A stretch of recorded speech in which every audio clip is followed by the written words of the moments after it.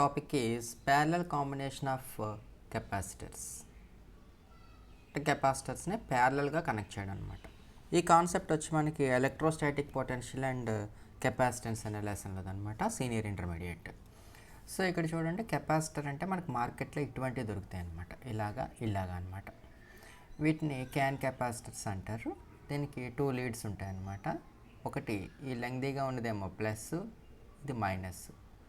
అంటే 2 ప్లేట్స్, అంటే పాజిటివ్ ప్లేట్ని మీ లీడ్ రిప్రజెంట్ చేస్తే నెగిటివ్ ప్లేట్ని ఈ లీడ్ రిప్రజెంట్ చేస్తుంది అనమాట. అంటే గ్రూప్ ఆఫ్ కెపాసిటర్స్ని మనం ఎట్లా కనెక్ట్ చేస్తాం అనేది ఇక్కడ అనమాట కాన్సెప్ట్. ప్లస్ ఇవన్నీ కూడా వెరైటీస్ ఆఫ్ కెపాసిటర్స్ అనమాట. అంటే డిపెండింగ్ అపాన్ ది సర్క్యూట్, మీరు ఏ సర్క్యూట్లో అట్లా యూజ్ చేస్తున్నారు. ఇవన్నీ కండెన్సర్స్ కెపాసిటర్స్, అంటే క్యాన్ కెపాసిటర్స్ అంటాం.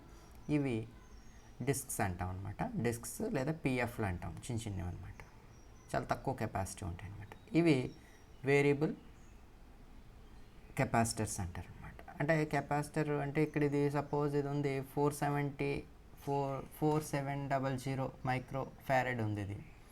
ఇది ఇంతే ఫిక్స్డ్ ఉంటుంది అనమాట. అదే వేరియబుల్ అయితే ఇక్కడ మనం అడ్జస్ట్ చేసుకోవచ్చు అనమాట, కొంచెం ఎక్కువ తక్కువ కూడా చేసుకోవచ్చు కెపాసిటెన్స్ అనేది అనమాట. నేను వేరియబుల్ అంటాం. ఓకే, ఇప్పుడు మనం కాన్సెప్ట్ చూద్దాం. ఇది ఓన్లీ మీకు జస్ట్ ఐడియా కోసం అనమాట, ఎగ్జామ్లో రాయకండి. In parallel combination, the first plates of all the capacitors connected to common terminal and second plates of all the capacitors connected to common terminal and these terminals are connected to battery. ఇక్కడ మనకి డయాగ్రామ్లో చూపించినట్టు అనమాట. ఇక్కడ చూడండి, this is C1 first capacitor, this is C2 second capacitor, C3. అలాగే సర్క్యూట్లో చూపించినప్పుడు కెపాసిటర్ని ఇట్లా చూపించకూడదు, మనం ఇలా చూపించాలన్నమాట. This is symbol of capacitor, అంటే 2 లైన్స్ ఈక్వల్గా ఉండాలన్నమాట, ఇలా. అలాగే ఒక లైన్ పెద్దదో లైన్ చిన్నది ఉందనుకోండి, ఇది బ్యాటరీ అనమాట. సో దిస్ ఈ అనుకోండి లేదా వి అనుకోండి, ఇది బ్యాటరీ. 2 ఈక్వల్గా ఉంటే కెపాసిటర్ అనమాట. ఇక్కడ చూడండి, ఇక్కడ -Q1 + Q1, -Q2 + Q2, -Q3 + Q3. అంటే ఇక్కడ ఏంటి, ప్లేట్స్ అనమాట. ఇక్కడ ఫస్ట్ ప్లేట్, -Q1 అన్నీ ఫస్ట్ ప్లేట్లు, +Q1 అన్నీ సెకండ్ ప్లేట్లు. ఇవన్నీ కూడా కామన్ చేసేసాము. కామన్ చేసేసి అలాగే పాజిటివ్ ప్లేట్స్ అన్నీ కామన్ చేసి బ్యాటరీకి కనెక్ట్ చేసాం. కనెక్ట్ చేసినప్పుడు ఇప్పుడు ఏమవుతుంది, consider 3 capacitors of capacitances C1 C2 and C3. C1 C2 C3 తీసుకున్నాం. ఇదిగో C1 C2 C3 connected parallel across a battery of potential V. దాని పొటెన్షియల్ అంత బ్యాటరీది V అనమాట. ఇప్పుడు the potential difference across each capacitor is same and equal to the potential difference across battery. ఇక్కడ ఏంటి, ఇప్పుడు ఇది సపోజ్ C1 ఇది ఫస్ట్ కెపాసిటర్ అనుకుందాం.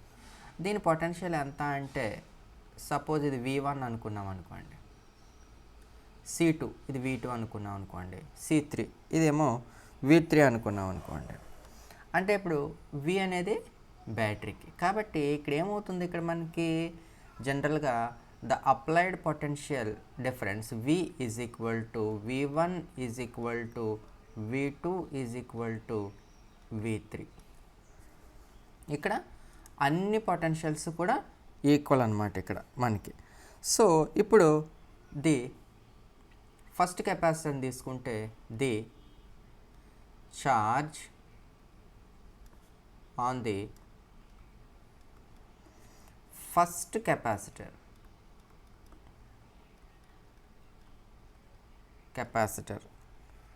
Q1 is equal to C1 into V.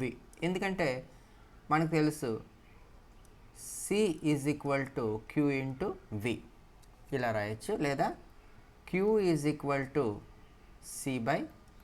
ఇవి స్టాండర్డ్ ఫార్ములా, వీటి నుంచే చేస్తాం అనమాట. మనం ఏ మ్యానిపులేట్ చేసినా దీని నుంచే చేస్తాం, ఏ క్యాలిక్యులేషన్ చేసినా. This is then the charge on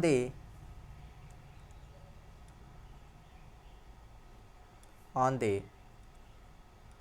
second capacitor, that is Q2 is equal to C2 into V. అలాగే the charge on third capacitor Q3 is equal to C3 into V. Charge ఎంత ఉంది దాని మీద అంటే ఆ plates మీద charge ఎంత ఉంది. సో ది టోటల్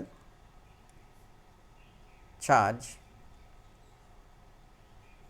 అంటే 3 కెపాసిటర్లు తీసుకున్నాం కదా, టోటల్ ఛార్జ్ అది కానీ Q అనుకుంటే Q1 plus Q2 plus Q3.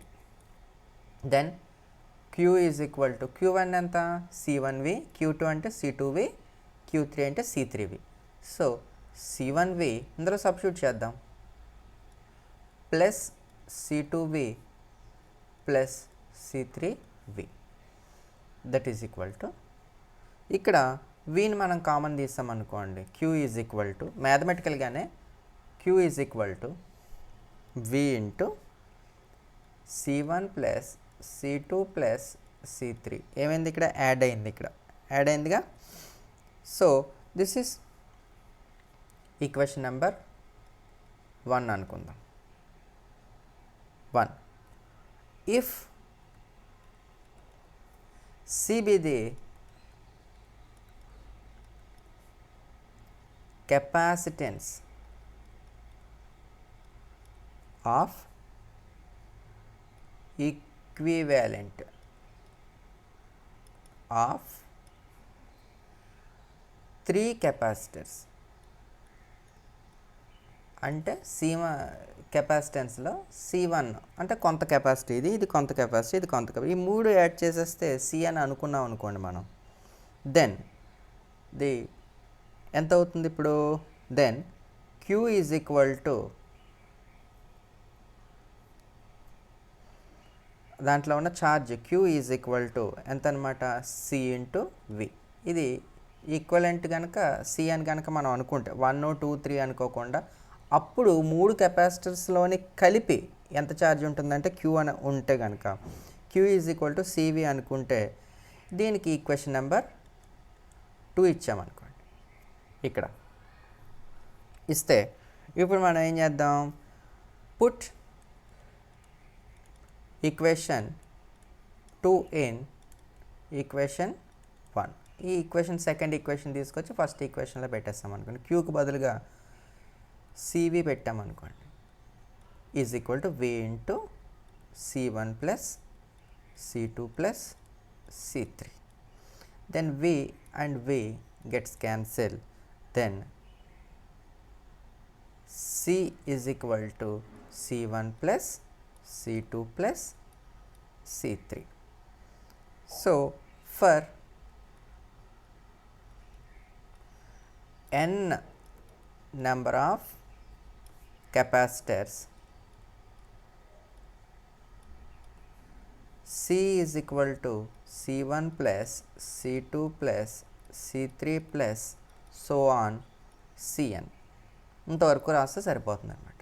ఇప్పుడు సపోజ్ ఇక్కడ 2 కెపాసిటర్స్ ఉన్నాయనుకోండి. సపోజ్ there are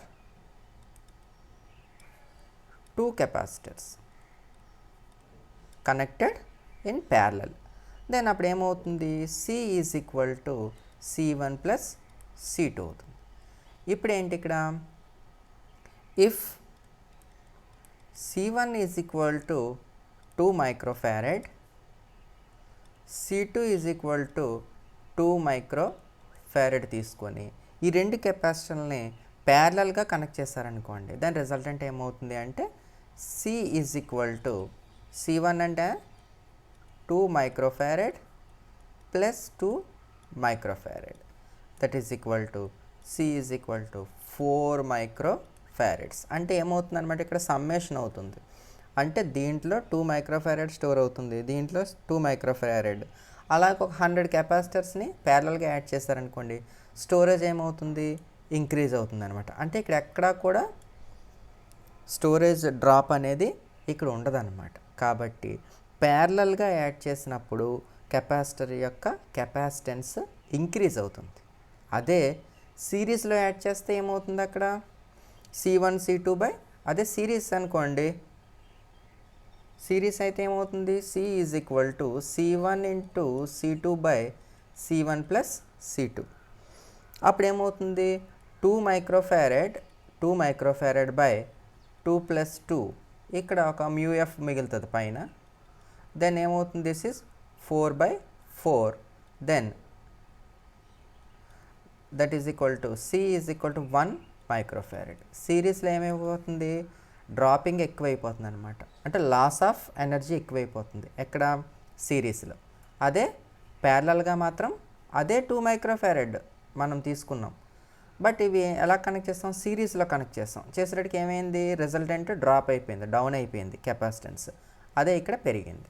సో మీరు ఎగ్జాంపుల్ ఇంతవరకు రాయక్కర్లేదు, ఇంతవరకు రాస్తే చాలు. ఇది ఓన్లీ మీకు అండర్స్టాండింగ్ పర్పస్ మీద చెప్పాను అనమాట, జస్ట్ కంపేర్ చేశాను ఈ రెండు. ఓకే, ఇది ఈ డయాగ్రామ్ వేయాలి మీరు, ఇవి అవసరం లేదు. Okay, thank you.